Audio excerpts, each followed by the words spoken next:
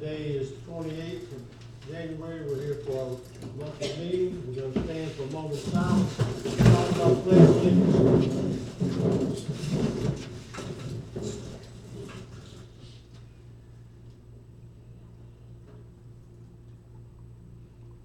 Thank you. I pledge allegiance to the flag of the United States of America and to the republic for which it stands, one nation, under God, indivisible, with liberty and justice for all.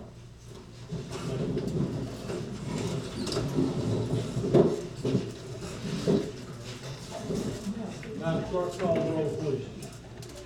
Mayor Kathy? Here. Mr. Pollock? Here. Mr. Smith? Here. Mr. Wallace? Here. Mr. Putnam? Here. Thank you. Unless council has any comments that traditionally that we would make, if not, we're gonna move straight to the agenda. Okay?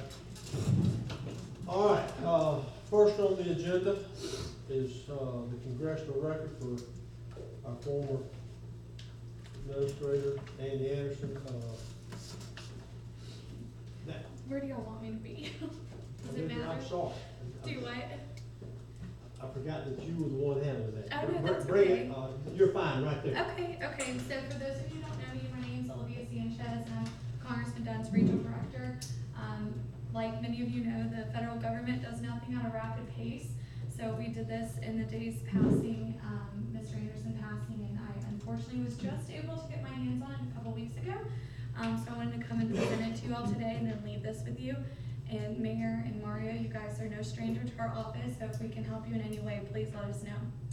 So this is a congressional record honoring the life of Andy Anderson of Mexico Beach.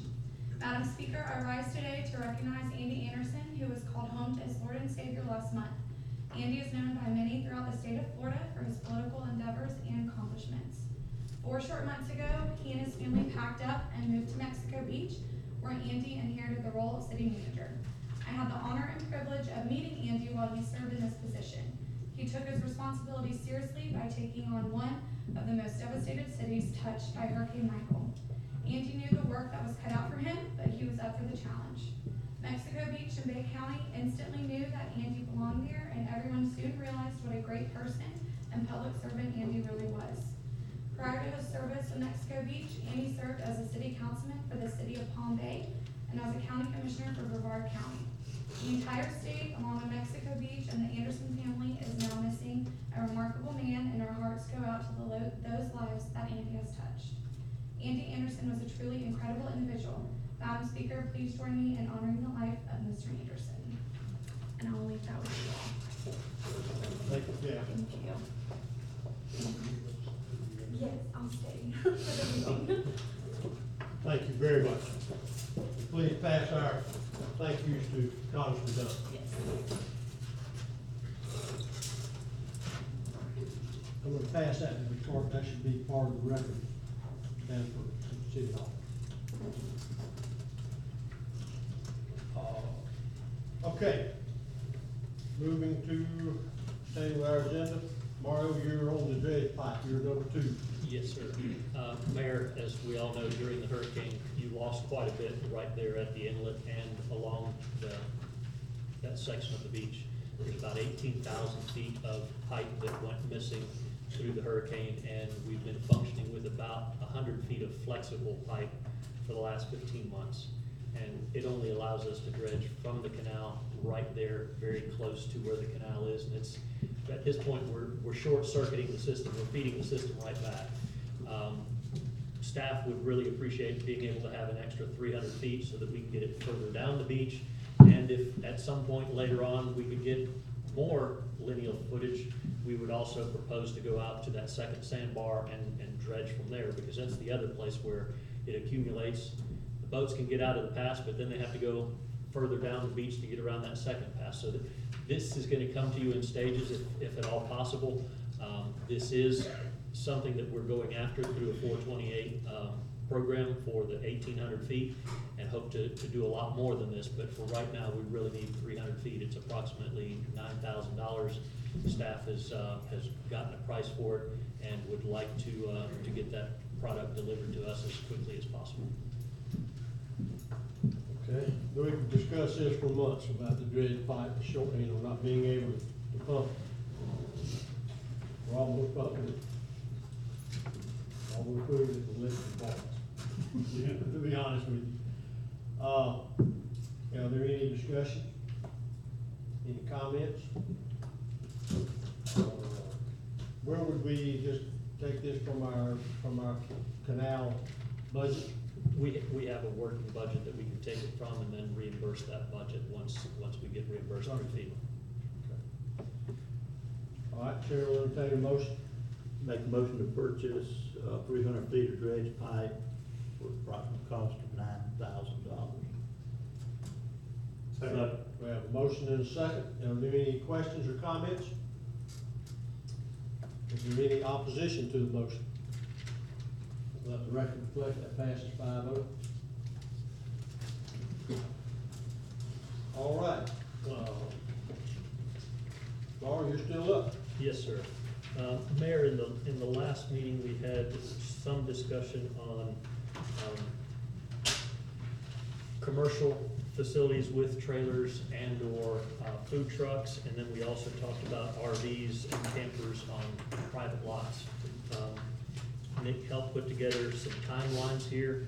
When you look at these timelines, it basically closes the door on all of those activities if we want to hold fast to the rules that you have today. I will say that if we were to hold fast to the rules that we have today on the commercial facilities, it would potentially mean that we would be closing down a small real estate office or two, a bank, and about 5 or 6 small restaurants. Those facilities are to some degree trying to build back. I will not say that all of them are trying to build back, but I will say that some of them are. If council wishes to allow some more flexibilities for the ones that are, and maybe push a button or two for the ones that aren't, or whatever council would like to do, I'd like to get some direction from council on commercial activities.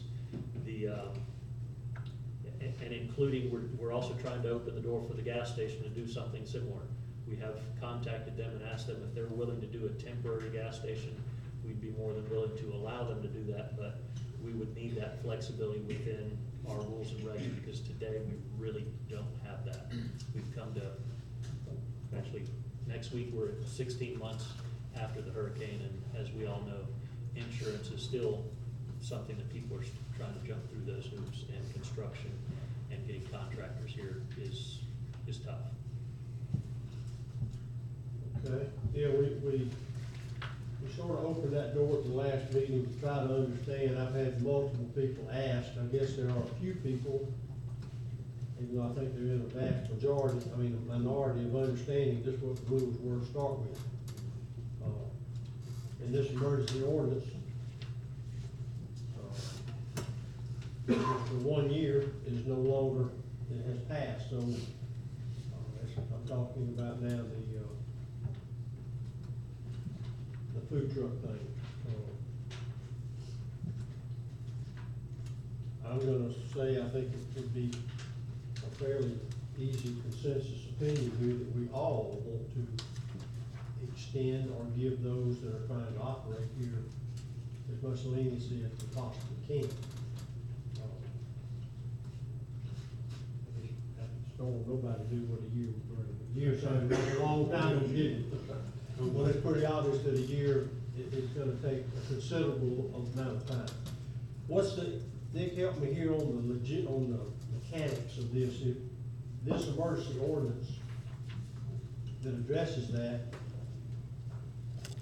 do we just ignore it, or I don't think that would be the right way, or do we just do another? We should adopt a new ordinance. It always takes a little time to adopt an ordinance, but we're not enforcing this right now anyways, so I don't think waiting another several weeks is going to change things. We could adopt a new ordinance with a new date. You can adjust some of the rules if you'd like, but that would be the way to handle it. I feel like anyone that was doing business here before the storm should be allowed to have their food truck or whatever for an extended period of time. Some of them may want to build back, I don't know. Down the road, we may have to put a deadline on it, and for right now, for the people that have been here before, we need them here. We need the businesses operating that can. Just a point of clarification, a real food truck, one that can drive around and has a license in the state, we don't really prohibit those anyways, but I think that we have other types of businesses that are set up in other formats, and we're really more focused probably on those. Yeah. I don't like the idea of them driving around. I think they need to be sitting there at their old location. We don't have any. Yeah, Well, the ones that we have today that are operational food vendors are working out of a trailer, not the true definition of a food truck. Yeah, They're- but if we don't close that door, we may have people wanting to come in and do that very same thing.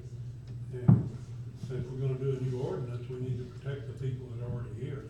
And I guess if we're gonna set a new date and allow some more time, we'll want it in the new ordinance clarify that these trailer arrangements are acceptable, because the old ordinance, they weren't supposed to be set up that way. Right. Now, this ordinance covers campers and, Yes. Modular buildings. It's one section on modular slash. commercial and one section on Yeah. residential. Yes, should we break that out? Yeah, it's a whole separate conversation. If Okay. we're ready to go to that. Good. Well, what did we want to do on the commercial? On the commercial, Another year, or what are your thoughts? My thought is at least a year, another Well, year. yeah, we thought a year would be plenty enough, and of course, we know it's not now. If we can just have it open in there at the end of the year, we can just extend it. Just to see where we are. I mean, that's all I know to go at. Right. At least know they got a year and we'll see what happens and. Set it up for a year and then allow for the council to, Yeah, to through a look vote, at it, extend look it, at it extend again, it and 6 at more some months. point We it don't may have to have to redo the be- ordinance, just an automatic extension if council majority approves.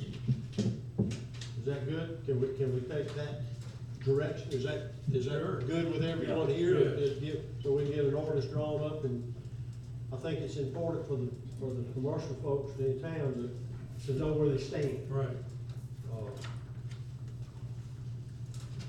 Okay, so Nick, can you sort of take what we're doing, make a regular ordinance, I guess, no longer emergency ordinances?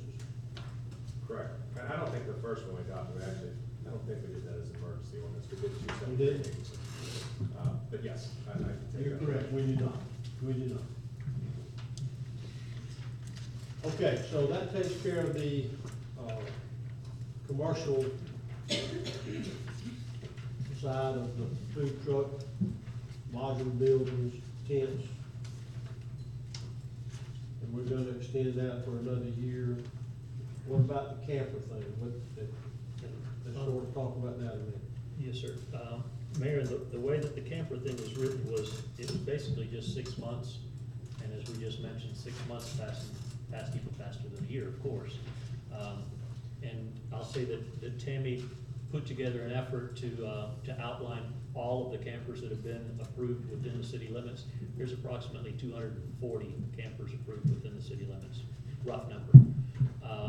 And a majority of those are still here.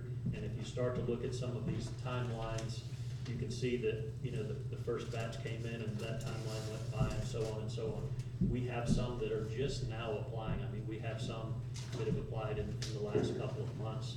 So again, really need council to look at that. I think one of the things that may have been unclear was, are the RVs intended for any home, or were they intended for people that were residents of Mexico Beach, that were full-time homesteaded residents? Were they intended to have a trailer so that they could rent it out to someone to vacation? Were they intending to have them for the construction trailer? There's just a good bit of unknown in it. The 6 months is not enough to build a home in our current environment, as we all know. If it was a permanent home and you got 6 months, you might have barely gotten through your insurance in the first 6 months. And and then it might take you 6 more months to get a contract, and then 6 more months to get the building built. So even 18 months at this point in time is awkward. But again, the question is, do you want to have that open for all homes, permanent homes, and do you allow them to be rented? I'm actually asking more questions than answers, so I'm sorry about that. And do we have trailers that are on lots that they don't own now? Yes, sir. The ordinance we adopted would allow an owner or a renter from before the storm to place a trailer. There may have been more than this. I didn't mean to say trailer, I meant to say camper. So it could have been the owner, or it could have been, Yeah, It's gonna be difficult. yes, it's already done. Sorry. Noise. Let's be a Democrat. so the ordinance we adopted, which isn't really controlling anymore, but it's good background. It would have allowed the owner of the property or their renter from before the storm. So if they had a rental home and they had someone who was living there and they had a long lease, they could continue to put a camper or an RV there. But it wasn't really open to just a completely new person that was new to that property. I'm not sure if it was exactly applied that way or not, but again, that ordinance it's basically expired, so you can start fresh with whatever approach you want to take.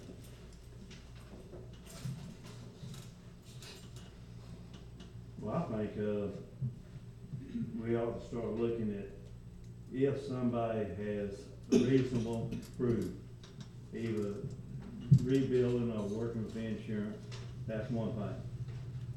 But just to have RV on there, just to have RV, I think we get beyond that. Now, if somebody is redoing the place, if they got building permits, or if they find insurance even, or whatever, if they show proof, I'm okay with that. We could easily add that as the caveat for the decal for the RV or camper, is that you show proof of working with insurance or a building permit with that timeline, so that maybe we're a little more flexible than the 6 months, but the construction time period, tie it to the building permit. And we need to have something that could be put up on the property, so that when I drive by and see that, I don't come running back to the code person and say, hey, you know. So we give them a sticker, let's make it something big enough that we can see instead of something like this. Could we do a decal that had a start date and an end date? Tammy, does that sound reasonable? We can. And make it large enough to read from? Yeah, The roadway. large enough for me to read it. That could be. Yeah, it would be nice. But let's think about that.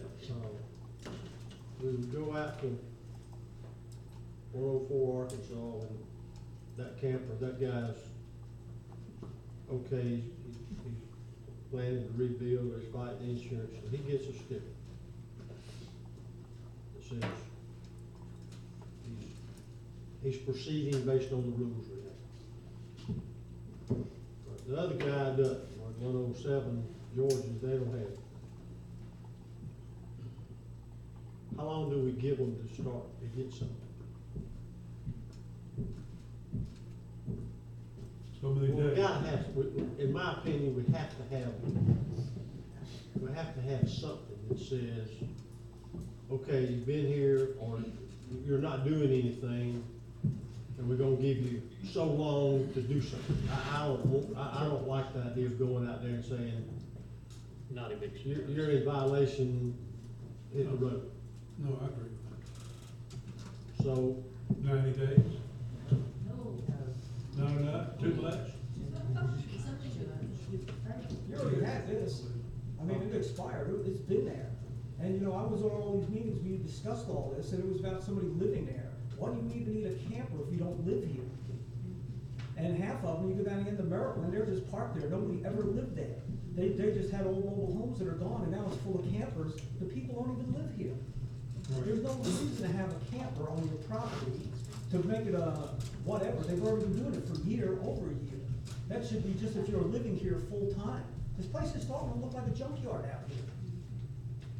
You got boats, you have everything parked in empty lots, and it's just getting ridiculous. You already had the whole timeline. It was spelled out before, that you had X amount of time to do stuff.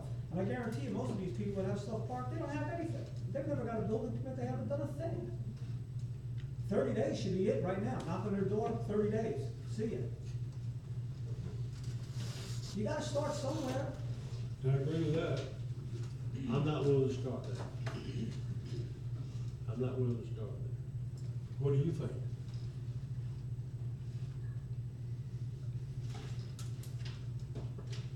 We've got to, I think that if we have defined building permit, insurance, if there's something they can produce that qualifies them, I'm thinking a minimum of 60 days to allow them to do those things. That's, to me, that's a notice of, that gives them an opportunity. Which opens another box though, if they're not there legally. then they need to go. And I don't know this, but there's a 200 things on this list. There was, it's reduced by 50%. So let's say there's 100 on here now. I didn't count them all, but I'm good. There's 125. 125 campers. Campers. 'Cause I Oh, counted- camper I slash counted 7 RV. sheets with 30 apiece. That was the original, some of those are gone on the second copy that I made, that aren't there anymore. He says, And here's why I say 60 days. I think that the code person starts making contact with these folks. And starts documenting what they say, meaning, waiting on me insurance. Well, that can only last so long. I mean, to me, that's only valid. You can't say that for so long. It's provable. It is. And we have to start asking those questions. But I think 60 days, and if they're here because they haven't just done anything, then I think that's enough time for them to either do something or make other arrangements. I don't think 30 days is. Because they're sitting on their property. Yeah, and now the person that is on a lot that's not their lot, But that's a different animal. That's a different violation. That's been in violation from the day this ordinance was passed. The problem is, we all know, I mean, you just prioritize what's important. We haven't been around town doing that. But she also just gave me this list. There's 30 on here that aren't even registered with the city.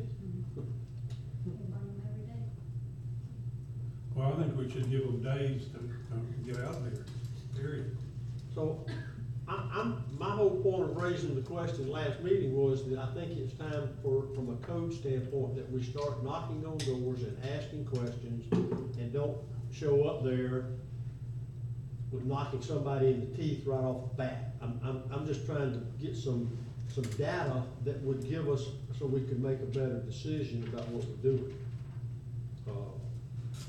But I do think there's a percentage of people here that have just come here in an RV, seems just be okay. Yeah, I do think that.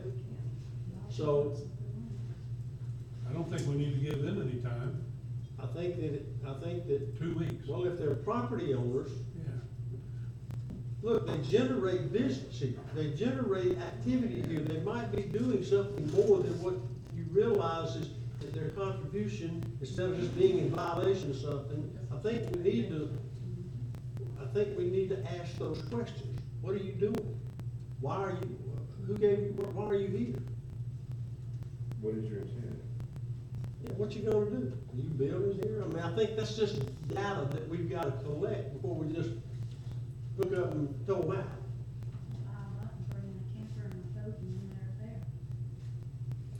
Well, but we will find those in doing this. We will find out. And at the end of the 60 days, if you go to them, then they don't have. Well, things what they to put do. on notice. They're on notice. Then they're on notice. They got time to say, hey. And know something's gonna know happen. something's gonna happen, yeah. How long, if you don't do anything, how long you give them after that? Well, you don't. You tell them that you don't. It's 60 days. The notice is Here's 60 the days. information you're gonna have to provide us, Or you gotta. or you gotta go. Okay. And I think the same goes true when you, from a code standpoint of someone who's letting Frank and Sue and John store everything under the sun on their property. I think that's the same for that, when it comes to 3 boats and 2 trucks or whatever, so. Yeah, and I've noticed too, Al, that come- sometimes there's a trailer that comes in, stays 2 weeks, it's gone for 3 weeks, and then it comes back, and then it's going, I don't know, and you know, I don't know the situation, I don't know. Well, I think we all know that if the purpose is to circumvent the rule, somebody will find a way to do that. Yeah, absolutely. So the main thing is, for me at least, is to approach this with we want to be as helpful as we can, but if you're here to circumvent what we're doing, well, then we're putting you on notice that ain't gonna happen. Yes, ma'am. After the 60 days, then they're on notice, how many more days do they have to be gone or show Well, their approval? Well, if you put them on a 60-day notice and you go around there and they leave, I mean, that's, I guess you could say, okay, in 2 days you gotta be gone. I guess you could do it that way. But I mean, you've already told them. It's not like when you come back after 60 days, oh, what are you doing here? I mean, they know. And it's gonna take some diplomacy on the code person's part to deal with that. But again, if we do nothing, there's a large percentage of these people that are satisfied that what they're doing is okay. Have we identified them all? I mean, that's Tammy's hard. got 'em. I mean, it's a hard job. We've got a big start on it, and I would like to add, not only is there insurance issues that people are going through, there are health issues, there have been circumstances of people that have had cancer, or their husband died, or they're waiting on their DEP, their contractor, their blueprints, there's all kinds of things that hold people up, but they're actually, and the Well, then- wheels are turning, but they just. Well, then, We just wanna make sure the wheels are turning. that's all. Right. That's all you gotta do. I mean, again, With some level. I don't think And we've had- anyone will do. But we've had a tendency as a city of not following through, being very lenient, and people get something like getting a permit to put up a fence, or getting a permit to do anything. There's people on one street that are trying to do the right thing, and down the other end of the street, they're not getting a permit, they're just going ahead and doing it. That's, I've always thought we should have something that shows the people living here that somebody's gotten a permit and it's put up in a certain way, only by the city, in a certain spot on the property that can be seen by everybody in this room, so we know they're doing what they're supposed to be doing. Then after the fact, they can take it down. Because, well, I was telling somebody the other day at the coffee shop, and he was trying to do what he's supposed to do, and he said, a neighbor down the street from him doesn't pay any attention to it at all, he's never gotten a permit for anything. And it's not right for the people that are trying to do the right thing. And the reason this goes on is because we haven't slapped anybody with any fines. We haven't, and I think it's time to get tough with these people that just don't pay any attention to what the rules and regulations are. That's that. Are the RVs gonna be for people living here full-time, or people who don't live here? And you have property? Well, that's part of the ordinance that we wrote. It says there must have been a home there. That was the first criteria. Second was that it had to be the person that owned the property or the renter that was in the property, or owned the property. So just because you lost your house and you let Sue move a camper in, that was never allowed. Well, I mean, if you don't even live here, you live in Georgia, Alabama, and you're gonna have a camper on your property. It's your property, your house disappeared, can you have a camper on your property if you don't even live here? Why do you need that to If rebuild? they're trying to rebuild. Yeah, I think it means Yeah. paying the taxes. Yeah, yeah, that was allowed. The second homeowner could have a camper on their property if they were trying to rebuild. As long as they were building the house, until the house was complete. Yeah, Mark, what you got? Well, I assume that if you went with the code enforcer going through this, that we would have a script or a series of questions that he or she would go through. Absolutely. So you have consistent answers, and then maybe you know, there's several layers within this camper situation, and depending upon the sense of, they're prioritized, you know, if somebody's just got their trailer there and they don't own the property, they go right away, and we address each one according to the severity of or the nature of the issue. And then, you know, you eventually get down to the ones, start with the ones that don't belong, and we get good at getting rid of them, and then we go to the next one and so on, so. But you've got a consistent series of questions that must be answered, you know, all the way through. Yeah, there should be, I agree, should be a basic checklist Checklist, correct? that everybody asks so that you get, when you compile, you're comparing what everybody was asked and what they're asked Apples for. to apples, correct. And now on a renter, the renter is providing his own trailer to come there, right? Doesn't have to. It was a camper, a home was there, owned by Miss Smith, but was being rented by Mr. Jones. Mr. Jones was allowed to put a camper there. He was the renter. But you're talking long-term rentals, not, Oh, of course, yeah, not just somebody that had it reserved for 2 weeks out of the year, no, it had to be, yeah, we never made any, or I don't recall ever having any discussion, except when I brought up that we should allow people to put campers on and rent them, and I had my bags packed for a short time, that didn't go over very well. But there was never a short term, I don't ever remember anyone talking about a vacationer, let me put it that way. Yeah. Yeah. And what are the consequences if they don't move after the 60 days? Well, that's a good Someone question. said a fine, but there are lots of people that would just as soon pay the fine. Well, I'll tell you- Work their while to pay the fine and keep doing it. I've thought about that, and here's what Nick, don't let me run off on we, the city, controls the water and the sewer. Can you do that? Can you say, hey, you didn't leave, we don't recognize this as a livable lot, we discontinue the water and sewer? They're full from the road. Can you do that? Because it's a temporary facility like a trailer. Yeah. I think you can, but And you wanna provide a little notice, but yeah, I think so. Oh, of course. If they don't I qualify for an understand. account anymore, then they don't qualify for an account anymore. All right, so, yes, Jim? Nick, how about, can the city move it and charge the owner for moving it and impound it? So he pays for the moving, he doesn't have the trailer. It's just like a car. We would wanna go through That's probably normal right. code enforcement processes, otherwise we're just inviting a lot of trouble. It can get damaged, we could have a lot of trouble. I mean, ultimately, we could get to that stage, but we would want to, Yeah, we hope. not that at the conclusion of a code enforcement. I would like for us to think that it won't be put on the gloves with these folks. I would like to think that I'm sure we're gonna have some that will test the system. It's always that way. But we need to be ready for those people.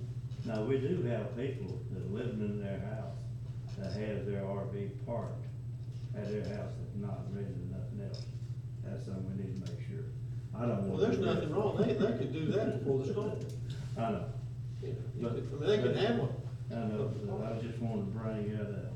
Well, you see what happened, our leniency, our willingness to wanna help everybody is now turned into a problem.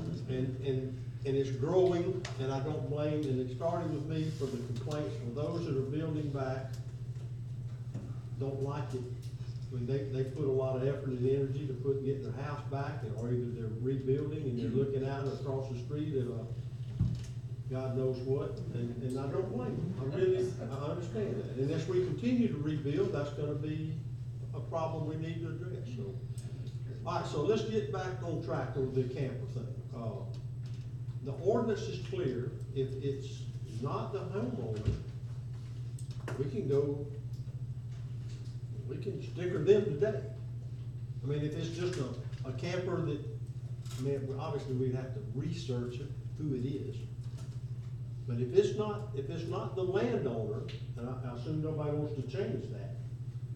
I mean, everybody, we wanna stick with that rule. Yes. Then those campers are, need to be moved. And if there's more than one camper on the lot where there's not supposed to be? Well, it says, if I recall, is there, I think it allowed for a camper, if I remember. That's what I remember. Yeah, right, one camper. One camper. One camper per lot by the owner.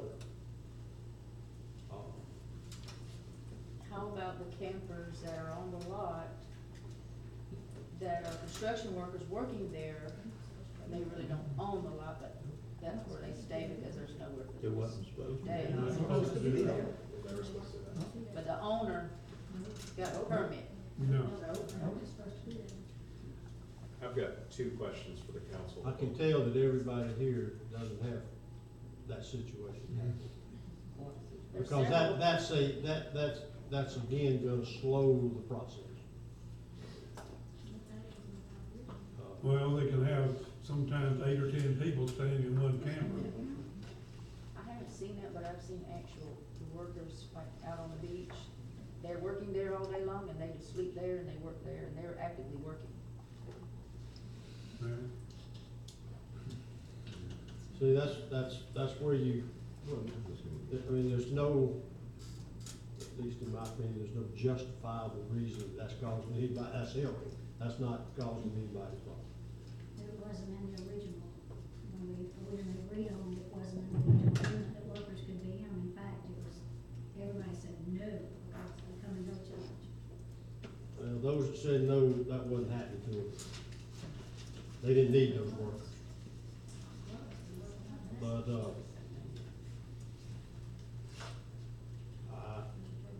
that's just, you know, like, to me, if there's a time frame that they're there, they're working on the property that they're staying in, now if they're using that as a house and they're working 3 blocks over on another house, then that's different. But if they're working on the property that they're staying on, but again, that causes another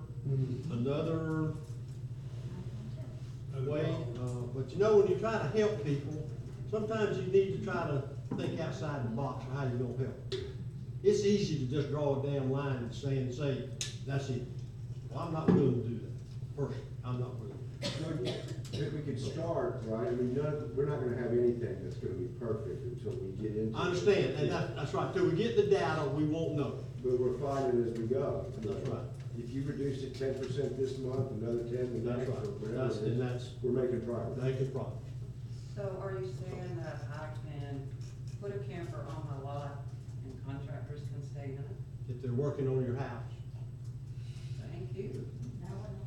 That wasn't allowed. No, it wasn't allowed. No, it was not. But it wasn't allowed because I didn't think it was the best. Because I should be paying for it. Yes. But obviously that's just as if I was renting. I think, you know, I'm cautious of that because we're fixing to come into a season where we're gonna have tourists here. There's fewer places we have, but they're gonna be here anywhere they can stay. And,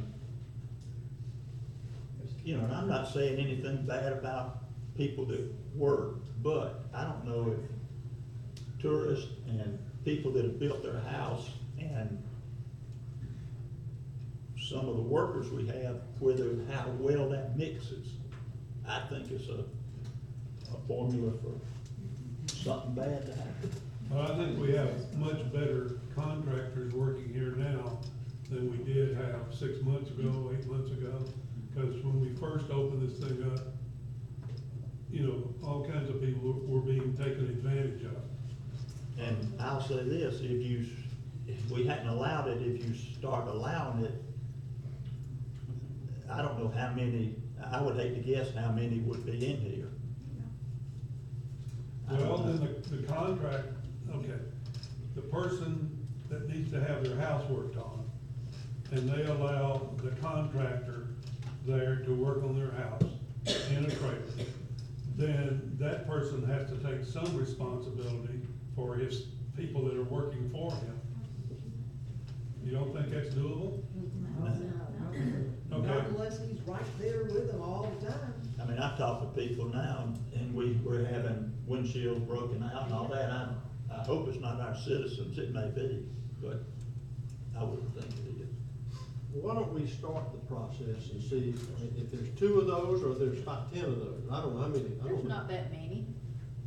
Well, I mean, you know, we're trying to fix a problem where there's not, It will be though. well, we didn't say we were allowing it. It's not allowed now. But there's also a lot of things on these sheets that's not allowed now that have been Right, allowed. exactly. I'm just trying to figure out how many real problems do we have? I mean, the That's people what that I'm did my roofing for nearly a week or so, they were driving every day from Bristol. That's the cost of doing business. That is commonplace everywhere else but in Mexico Beach. Yeah, but, I mean, getting to the point, it's got to cost more when somebody's driving 50 or 60 miles one way. Pass it It's on in to their our price. seller. People drive from Apalachicola here every day, that's Panama out. City every day. Panama City every day to work somewhere. Come on, y'all. They're fixing to open up the old Governor campground too. I mean, Let them go to campground. Yeah. Well, nobody, I don't think there's anything being presented today that's gonna change what the ordinance, what we are gonna do, I think, is just start the process of coming up with a form.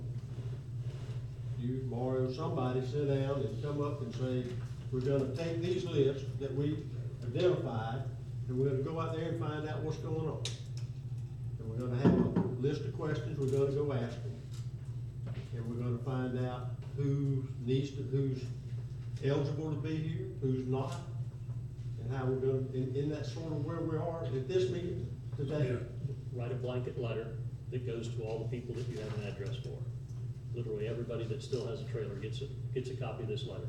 That letter has, Yeah. are you a resident rebuilding an existing home? If it's yes, then you're already automatically allowed here. You are building a home and you are a resident. As long as they If- prove it. Yeah. Again, one way to prove it is show that you're homestead exempted on that house. Another way to prove it is you've got a building permit. Again, there are ways to Yeah, prove there's it. certainly and ways. We'll have to include the proof components, but we need to draft a letter that has a questionnaire, and then that questionnaire then gives you some timelines. How about at the next meeting, We'll bring that. that we come and we sort of get a footprint of where we're going and what we're asking. And then we can start weeding out, if you would, those, you know. Got a good plan there? Does that sound okay to everybody? Sounds good. Let me ask 2 questions. All right. And you just led right into my first question, because I was gonna say, we gotta get something on paper and adopt it, because it's a little bit fuzzy right now.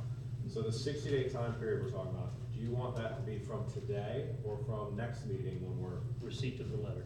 receipt of the letter? Okay. Right. And second question is, so if someone comes in and they establish that they have done the right thing and they're entitled to be there, let's say they do that in 30, 45 days, something like that.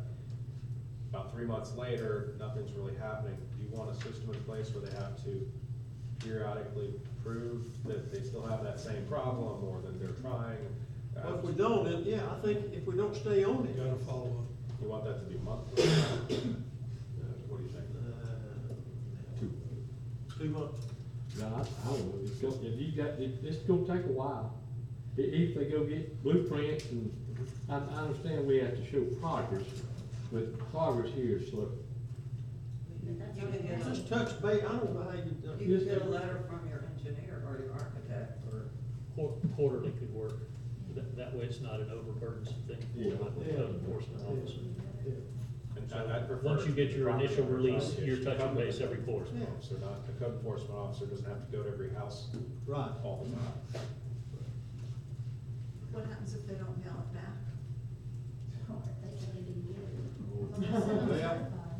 Well, it's like, probably gonna be like the ones where they didn't respond to the letter, all the other letters that they're in code violations. I mean, you know, again, if we use the water in the sewer, they'll find us. We won't have to hunt them, they'll find us. So, if that's, I don't wanna, we need to check on that now, but I know there's some regulations out there about cutting. Mayor, we could send the notice based on the addresses that we have within code enforcement and then send a follow-up letter. Within that letter, say, please contact us with a simple phone call to acknowledge the letter. If we don't get an acknowledgement of the letter within a week, then we'll go to the next water bill and include it in their water bill. So that way we know that they're getting their water bill. There you go. Okay. All right, well, we need to formalize a system so we can start figuring out who's doing what. And then we'll come back at the next meeting, report on what we're gonna do and how we got it set up. And then we can put Nick, is that right? Then from that date, that we say the letters are going out on the whatever, do we have to write a new ordinance? Well, that's what I was just thinking. So if you don't really change the rules and you're just putting off the enforcement, we don't need an ordinance. But if you wanna make some different variations and new approaches and different situations. I don't that know would we take could a- write them all down. I mean, if really the I mean, issue is, I you're think already. keeping at- what we have, I'm okay. If we, you know, if we wanna have some leniency, once we know what the situation is, Yeah, I think we just tell then them that they're would be a already out better of way than compliance. trying to just come up with examples of, be too many of them. I think what this really is just the path we're choosing to enforce ordinance 709, which is already on the book, they're already out of compliance. And we're telling them when they need to get in compliance and how we're going to enforce. Awesome. Simple. Good. All right. Yes, ma'am.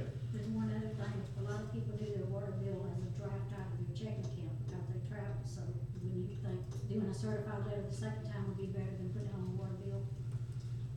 Cause everybody. There's a point. I don't have a clue. I don't know how many of these are gonna be, I don't know, till we Yeah, gather, a lot of people. you know, again, we can contact them, do the best we can to contact them and show what we've done, and I really think after this meeting, in less than an hour, there'll be people already know it.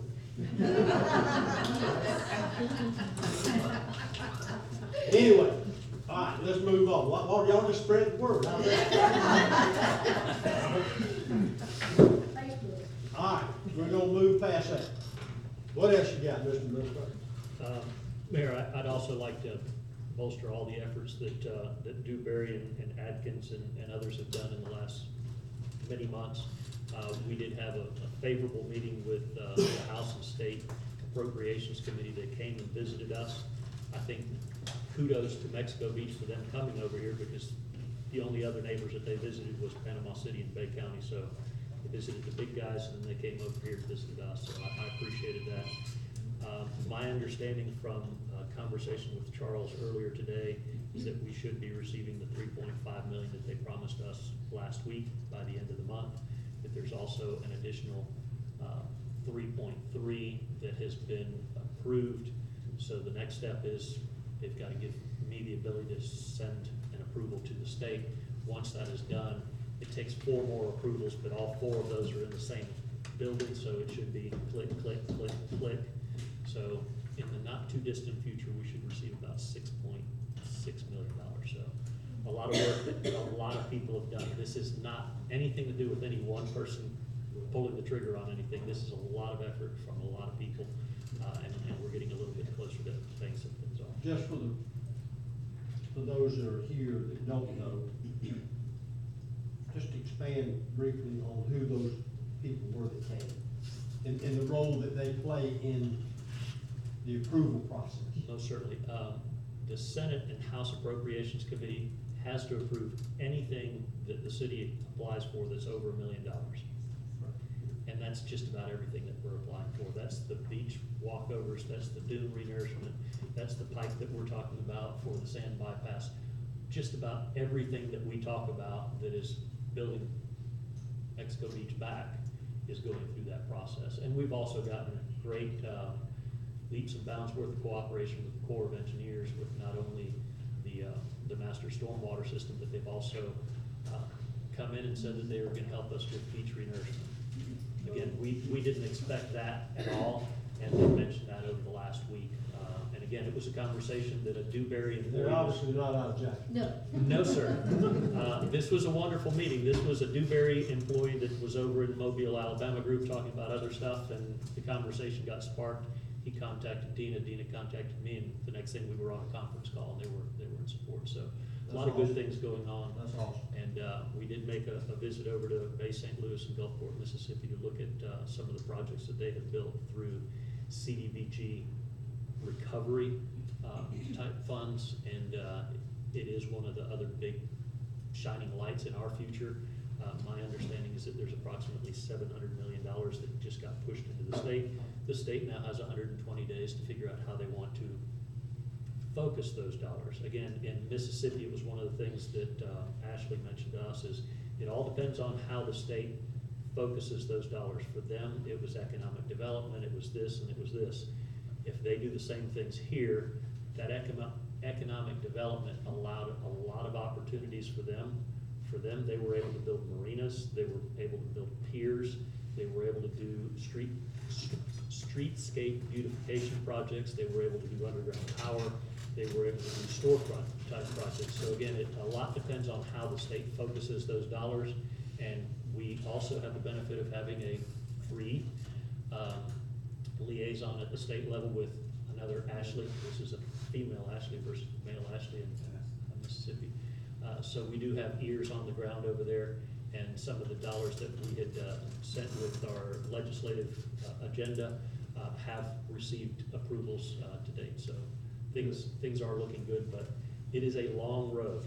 Again, when I was over there, it's 15 years after Katrina, and there are still projects that are going on. But again, it's a marathon. It's might be a. Is that $700 million coming into Florida? Yes. Okay, do you have other items? That is it. Okay, any questions for Lawrence? Anyone? All right. Madam Clerk, your report? We're working on getting back to giving you guys a financial report monthly. This one's a little bit short and sweet to the point. I'm currently working on getting our spreadsheets through the end of the year built and doing our budget amendments so that I can give you a little bit more in-depth information of where the revenues are coming from, various funds, ad valorem taxes, grants, reimbursements. So on a breakdown basis, thus far, our revenues, we budgeted for this year to date, starting October of 2019, $3.596 million. We've actually collected $2.527 million, which is about 70% of our budgeted revenue we expected this year in the first 3 months. Our expenditures, again, 3.596 is what we budgeted. We've spent 1.32, which is about 36% of our expenditures. This is just on the basis of our actual operating budget. This does not include FEMA funds. I'm working on a little bit better way to break apart and analyze our FEMA reimbursements so that we don't keep them in our pooled cash and operating account and can, track them better. We had collected since October of 2019, $20.9 million in FEMA funds. This includes reimbursements, the grant that we got for the fire department, Bay County taking over the Bay County Sheriff's Office grant, the grant for, the fire department rebuild. So this is all FEMA funds, reimbursements, grants. We've actually expended 18.4 million of that thus far. The bottom chart is our cash position in our bank accounts as of the end of December.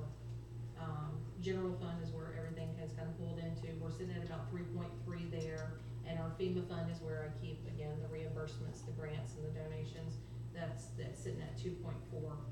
You've got roughly about 1.8 sitting in various impact fees that of course can only be used for drastic improvements within those departments. So leaving us at a sitting cash balance at the end of December at about $7.4 million. Thank you. Question for Clark on the finance? Okay. Thank you, ma'am. Who's doing public works? Tom? I got it. All right. Before you start that, I'm sorry, I missed, on the back of that page was the breakdown of what Adrian and I are gonna go over for the 2 days that I'm gonna be using him. Again, that's gonna be helping me complete the spreadsheets from July to October 2009 in preparation for our audit. I talked to Michael, we have a new guy named Lawrence working with Robertson and Associates. I expect him to be in towards the beginning of February, so I will also go over those spreadsheets with him. We'll all kind of get on a page, regroup. I don't wanna sit here and do this as a quarterly thing as it's been done before. I think they need to come in once a month with the amount of work and information we're carrying in right now, and I need to be more on a monthly basis instead of quarterly or semi-annually as it has been done before. Also, Adrian and I will be doing the completion of the budget amendments so that I can get the budget ready for, again, the audit. Okay, this is, within the scope of the administrator to approve this. Other than that, now we have a task order of what they're asking for, and it says, it's in her letter, Stacy.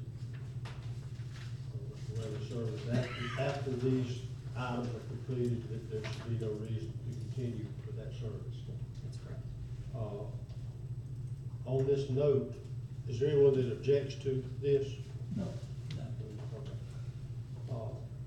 We talked briefly a month ago or longer about what we're paying Robertson. Robertson.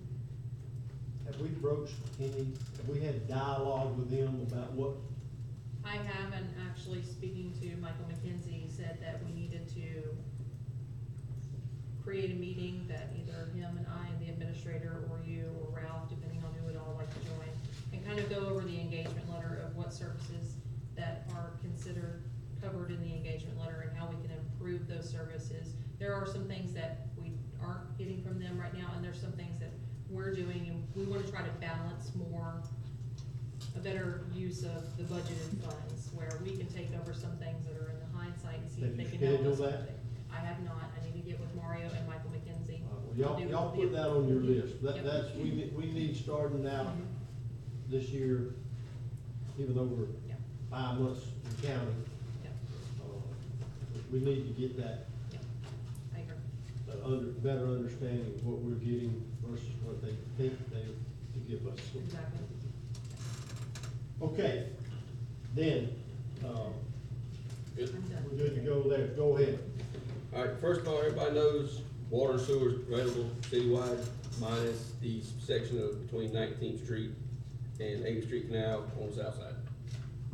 We know that everybody's been put out for bid, it's been awarded, materials have been ordered for the sewer system side.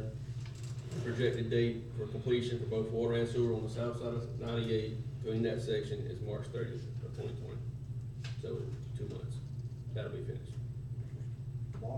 March 30th is the deadline. Those property owners over there know that? Yes, and that's why we're putting it out, because I keep getting calls all the time. I wanna put that out, that's the I'll give you date. your number. That's what I'm here for. And I'll pass it I around. thought it was early that. No? March 30, end of March is what the contract says. Which is what we originally started way back when Mr. Andy was here. We come up with a date, me, Dean, and Andy, and that was originally end of March, from the very beginning, because the DOT held up to us for a while, so. Well, they gonna have, how they gonna pressure test those lines? Have they talked to the fire department about that? They could be pressure testing with a fire truck. Are you talking about the new water main? No, I'm Or are you talking talking about about residential housing? I'm talking about in the house, when, you know, you have, for the codes, you have to pressure test those lines, they do it with air or water. Well, the lines in a new So I've seen it construction done house. both ways. But you can do it both ways. You can do it both ways, so. Okay. Would Billy Lee talk to you? I've had so many people call me on the who's who at this point. I think he was thinking, okay, I didn't tell him for It's in the March is what the projected date is. That's, and I think it comes from Newberry, I'm good so. with it, I'm good, I'm just trying to get Ready. I'm not So, sure what I on know, this- that's all, I'm saying. That's all I really have for the water side, other than we are adding new meters. I have, from the last count I had, we got 5 new installs in just 1 month since the last update, which is a good thing. That's brand new connections, not replacing an existing one. So, 5? there's 5 from the last count I had, which is the end of last month, which is a good thing. Hallelujah. So we're coming along. We're at 2276 total connections in the whole entire system. That's not active, that's total connections that I have to run off of. Active, I have 1271, is what I have active. That's what Ms. Shea told me this morning. So we're coming along. On the sewer side, all the lift stations that were damaged within the city, which was 24 to damaged stations, 19 are operational and online and running.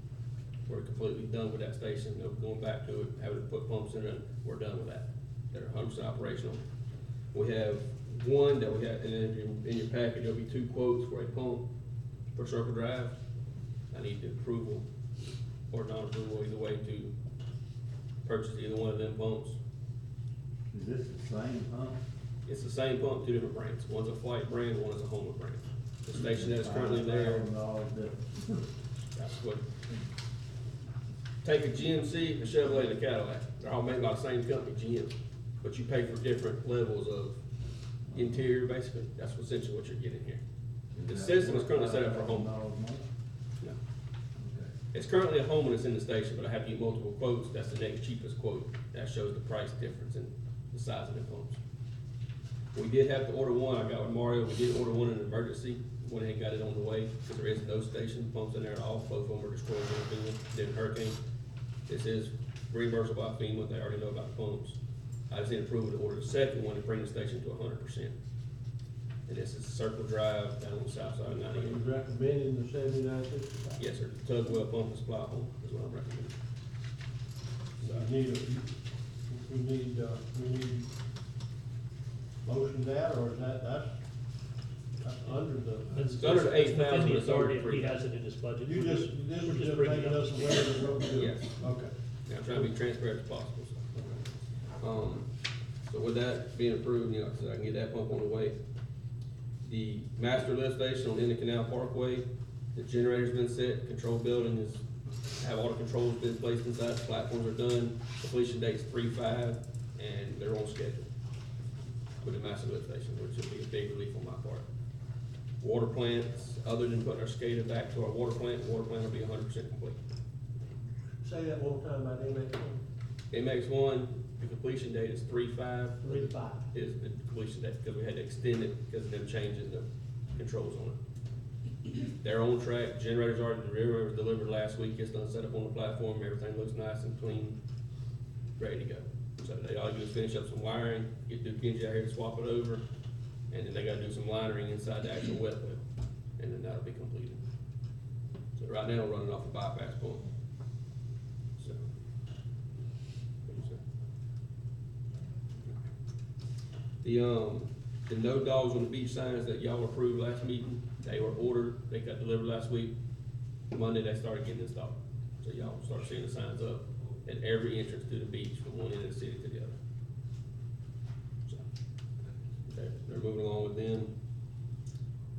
I want to encourage those of you here that may hear this even on TV. If you see animals on the beach, call. What's the number? Call. I would think that we would use the police department. He's grinning, he's not standing up waiting for that. But, I mean, it has really gotten out of hand. I mean, it's a mess down there. And the signs will give, at least give reason to say, hey, you didn't read the sign, but more importantly, we need to start reporting that. And I think the day and night number, is that correct, Marty? Yes, sir. Can you say, what is the number? 625-9513 is the day. Slower, please. 625-9513. Got it. Thank you. Night number? 911. No. Sorry. 7579. 640. 640-7579. Dave. And we've been addressing a lot of it with people down on the beaches, and we've found that a lot more times it's people from out of town coming through here and getting out, Yeah. going down on the beach with their dogs and stuff like that. And they don't live here, just passing. No sign, they're just. No sign, they know anything. But we just, We gonna fix that. just send them on to Gulf County, huh? That's what. Are the dune signs enforceable, where it says, please keep off the dunes? Now, your dog signs say city ordinance or whatever on there, you put on, I've seen them today. I mean, I see some idiot yesterday, construction guy, runs over to take Sunset, right on top of the dunes, right around the sign, it says, please keep off the dunes, to take pictures. And I yelled at him, let him know what I thought of that thing, but I mean, is that even enforceable? You can't fix stupid. Yeah, I I know. don't know what you're saying. Well, I mean, I don't know. Well, I mean, you know. BB gun. With the COs. I think there is a state statute. State statute. Just make a says number up, they'll that believe they me. can't disrupt or harm the COs. There you go. And you can't drive on the dunes, but it doesn't have anything in there about walking on the dunes. So with all the COs now. What else do you have? The last thing I have is me and Tommy got talking about the Christmas decorations you used to put on telephone poles. I think Mr. Bobby had brought it up. Tommy gave me a price, it's roughly $40 per pole for us to build the bracket style thing, the actual. And then Duke Energy has to come out and hook them onto the pole for us, so that way at Christmas time we put the poles up.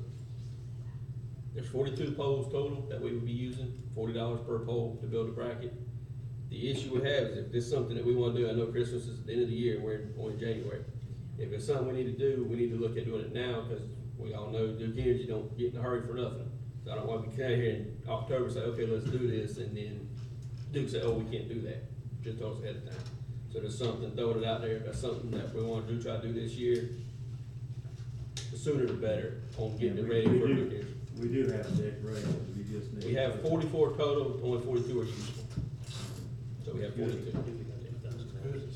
We actually got a Duke Energy grant, and I just received the check about 2 weeks ago for $4,500 from Danny Collins that contacted you. So me and Dina went through the grant process of it. We got it. That's part of that's in there. And we've got the $4,500 to put towards Christmas decorations for Mexico Beach.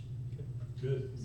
So that's something we wanna do and move forward. Like I said, I just need to figure out, get the practice built and get with Duke Energy, figure out their schedule to get, we can get the practice put up sooner than later. Well, that's what, $1,600. Yeah. To build the practice. And I don't know if Duke charges to put them Yeah, on. that's why I was gonna ask you, just do charge for that? Tommy, did Duke, Tommy in here? Yeah. Yeah, I can't see the picture. There you go. Did Duke charge to put, hang them on the pole last time? I don't think they do. What we did last time, before the drops that were on there were too short. We had to have extension cords to get to the ornaments. So what they told us, if we build the new drops, they would come install them. And I don't think they charge the city anything to do that.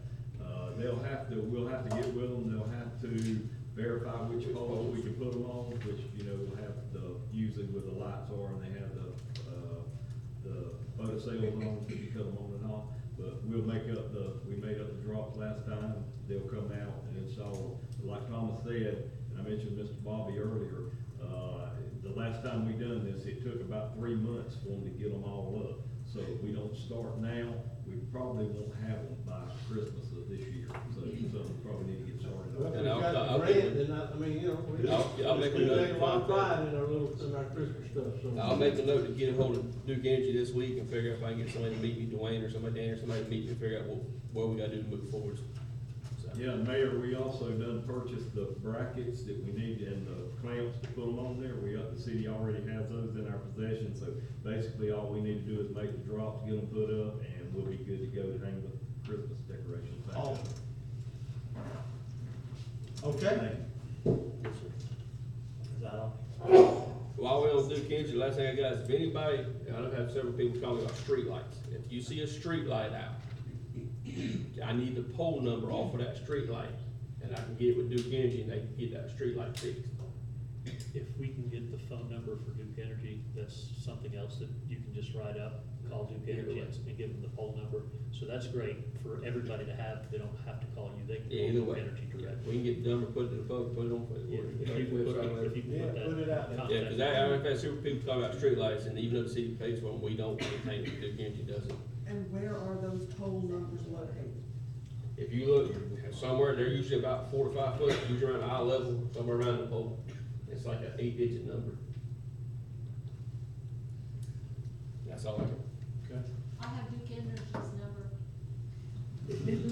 It may be Customer service. it may be a specific I mean, number it's a for specific number lights we have out, to call. so let him put the number. This is the one where you get the menu of what you're calling. Yeah, I'll get the direct number and we'll post it. Okay. How many more list there? How many? 19 are complete, there's 24 to total, we have 5 left. And one of them is Salt Creek, which will be the very last, we have to wait till the bridge is complete. So there's 4, they'll be finished up the next 3 weeks, they'll be finished up with them. Salt Creek's done, we'll bring them back out, finish up that one, and then they'll be done. Hopefully, the timeframe's end of February for everything, including the SCADA. Yes, ma'am. I just wanted a date on when Salt Creek's gonna be done. February 23rd. That's on Dina's information, here you go, Dina. February 23rd, I'm gonna start sending Did you them on write the that down? 24th down that road, just know that. Road over. Yeah. Sandy, you have anything? Just very quickly, we're obviously all well aware that we're building above our heads. It's all framed out, it's been, HVAC's already put in there, plumbing's been roughed out. Exterior has been started, so this is well on its way, with the idea of it being finished sometime at the end of March, early April. We've received all the equipment now from the VAF grant that we got last year. All of that is in, all the paperwork has now been returned back to the powers that be to get our reimbursement of the $18,000, almost $19,000 of the grant that we had to pay up front. So hopefully we get that by the end of the month.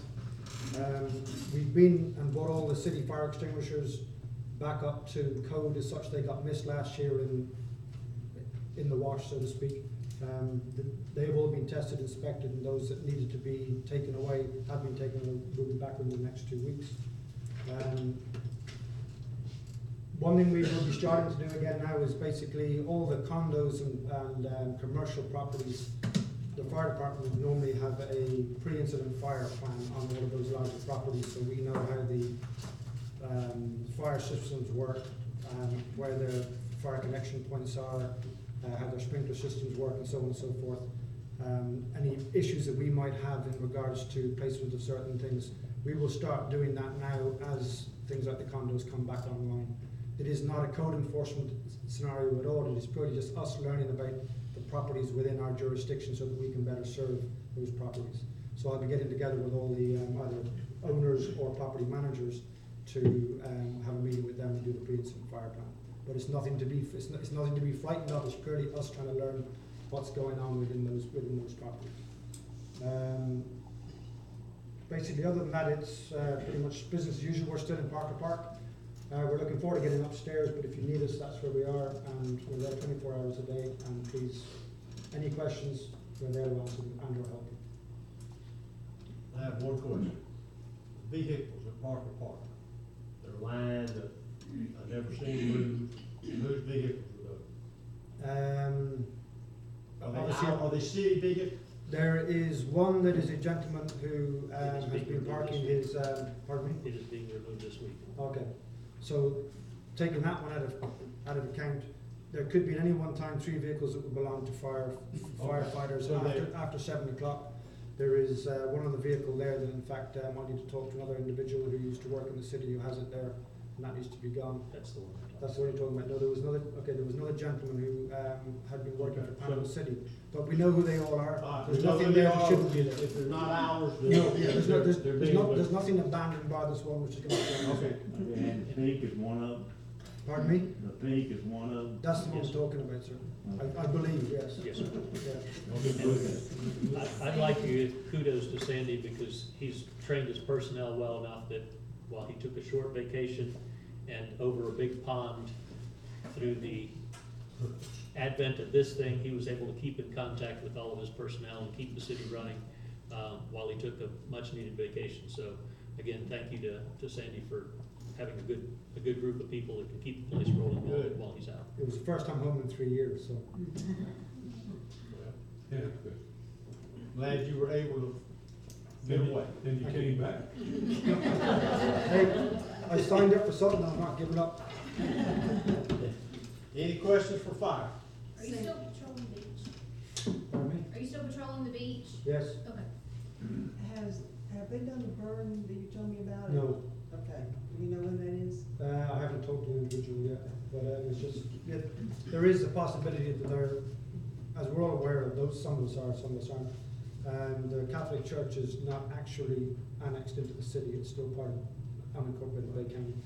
There is a possibility that they will be applying for a burn permit for some of the vegetation on that property. It will, Well, if it, proximity to this city. exactly, if it is granted, it will be done under 100% control conditions. So, I'm aware that he made contact with me first. I told him what the situation was as far as I was concerned and we were concerned, and he said he would get back with me. I've not heard any more about it since then, so I wasn't gonna bring it up until I had more concrete. That's what we were talking about. Can we ever get that property? Can we ever get that property in the city?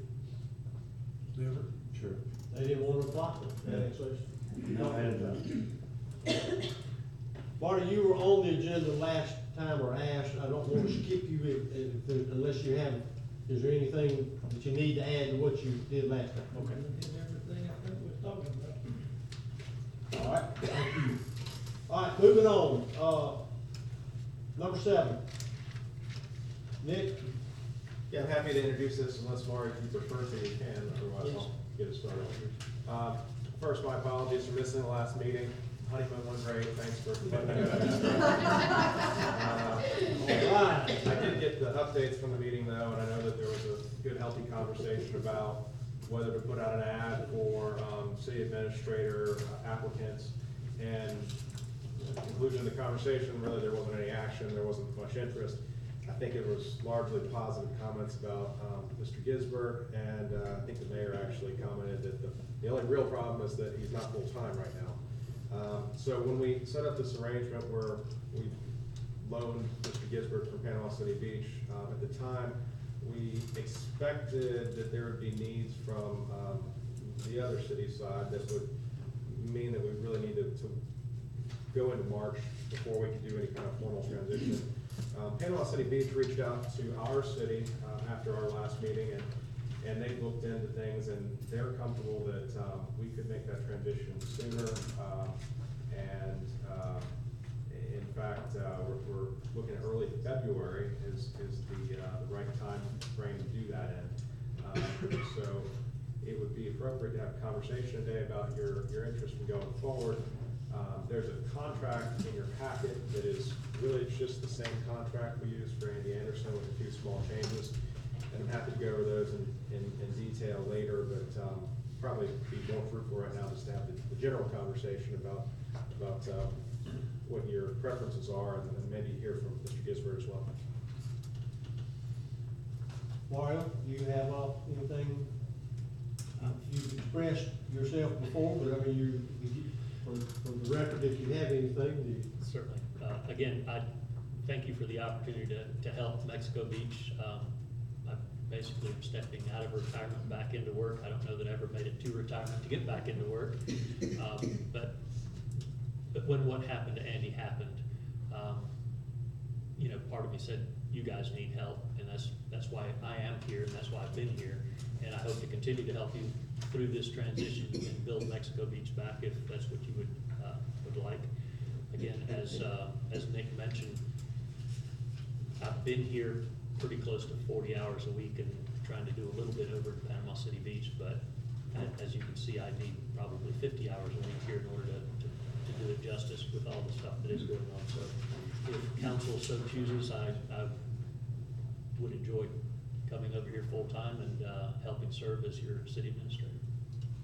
One other point, we're paying by the hour at Panama City Beach's higher rates right now. This transition would set a salary level that's normal for Mexico Beach, and it would get things very controlled and known as far as what the cost will be.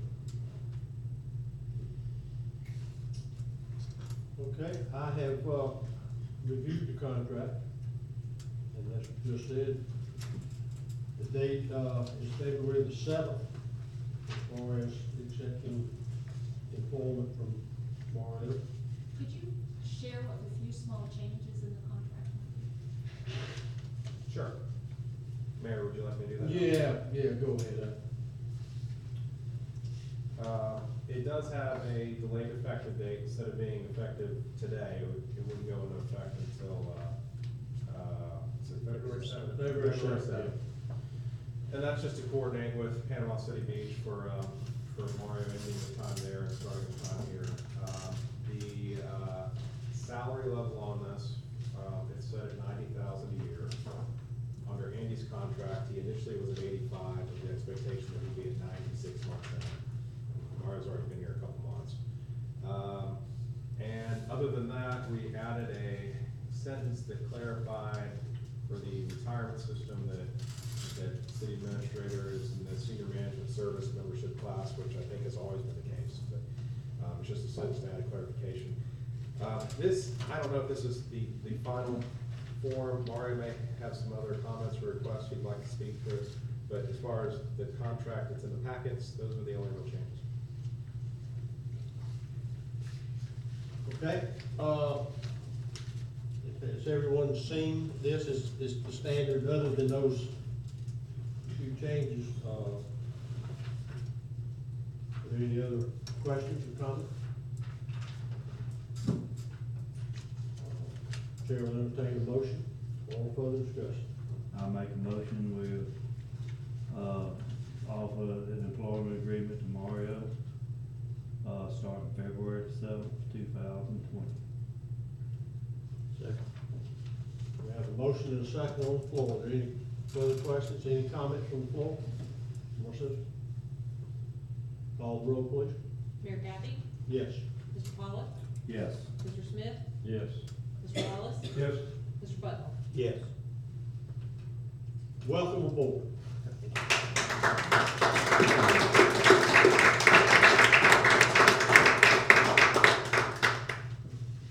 I will say, even though it's not necessary, I've never been around someone who had the term interim by their title that was so eager and willing and jumped off the diving board into this thing. I salute you for your commitment to our community. We did, in a time that was, we were floundering at best. So it will be good to have you for our employees, for our citizens, for our council to know that you're on board every day. And council, thank you. Nick, do you have, while you're handling that, do you have any updates under the attorney report or anything to? Not today, unless there's any specific question that a council member has. You're always welcome to reach out to me anytime too. Okay. All right, number 8 is the letter from the Baxters about the, and I think, Nick, you probably have some comments about this. Probably that would be more appropriate now than. Sure.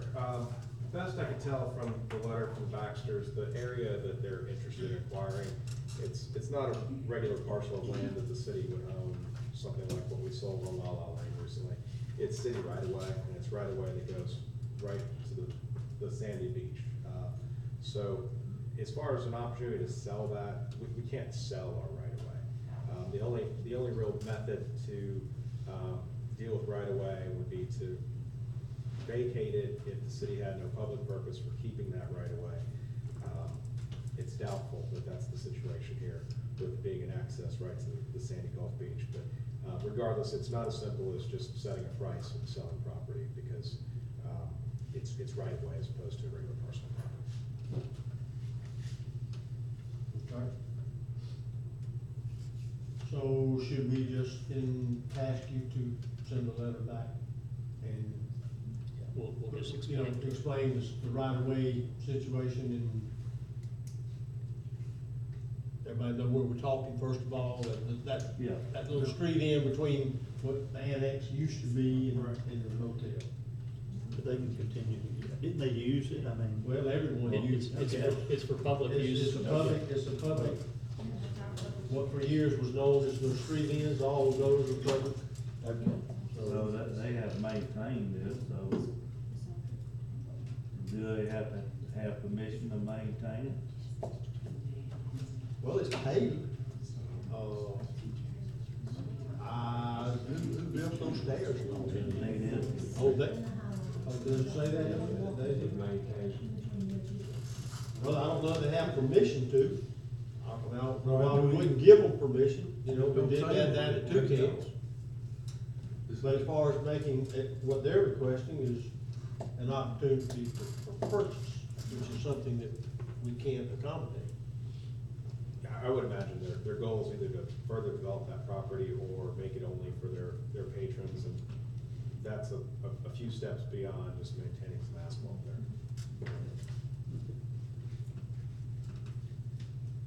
Does that answer? Okay, so we'll just respond in writing and just tell them what the situation is with right. All right, number 9, do we have this lane? Does anyone? Do we have wait a minute, I got something to say about it. With cameras out there too. Well, I got something for it too. All right, go ahead, go ahead, Mark. Mayor, one of our council members, who's plenty busy and has served well within the city, has a lot going on, and has basically submitted a letter that he'd like to resign effective February the 10th. And again, he's done a wonderful job, and we really appreciate the time that he's had here. It's up to the council to determine whether they would like to replace or just let the election process do the replacement. So it's an opportune time in that we're only 3.5, 4 weeks away from election time period, so. Don't accept it. Yeah, Rex. No, we don't accept. Well, we hate that, we fully I fully understand Rex's position and I hate it for him, but it is what it is, as they say about his needing to be where he's moving to, or going back to. Closer to a golf course. Now, by the rules, we can appoint or advertise for someone to submit, or we cannot fill that position. But it's longer than, we have until June 1st is when the council, new council. When they change, Yeah, okay. April's the vote. So we've got roughly 4 Okay. months. See, I had no idea you had that much. Yeah. I think maybe we need to think about that I do too. and see what we wanna do, or make a decision to at least put it out that if there's someone that wants to sit in for 4 months, go ahead and do that, and see if we even get anybody that's interested. I don't know whether y'all, I think we need to have. 4 months is, that's,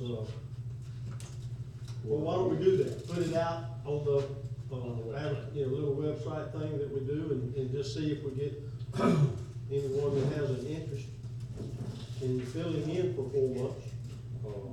I can get 2 votes. Yeah, we need a full council. Yeah, I agree. We use this as an opportunity opportunity to ask a question I've been wondering for a while. The election to the date of appointment, it's almost a 2-month gap. It's unusual. Is that something that come someone up remembers? multiple That times. was it intentional? We like that and we want that, or is that a No, remnant of it something needs to be else? changed. It's awkward, Yeah. very awkward, to be elected and have 2 months before you take office. Most places, it's less than 2 weeks is considered appropriate, much less 2 months is out of, I don't know, I never knew, I guess it's in the charter. It's, I think in one of our, I think it's just in our city code. I don't think it's in the charter. I'm happy to look into that. If there's a simple way to change it, I'm happy to work on it. I think you should. The election is the middle of April, so it should start the 1st of March, the first meeting in March. May. You mean May? May. Yeah. I'll look into it. We may not be able to change it for this cycle because it's so soon, but we can certainly get Yeah, it that changed. has proven in the past to be, and it's really bad both ways. If the incumbent's running, I mean, it's awkward both ways. All right, well, let's look into that. But to have people on for 4 years instead of 2 requires a charter change, right? I think that is the charter. I need to look at all, but I think so. That's in the charter.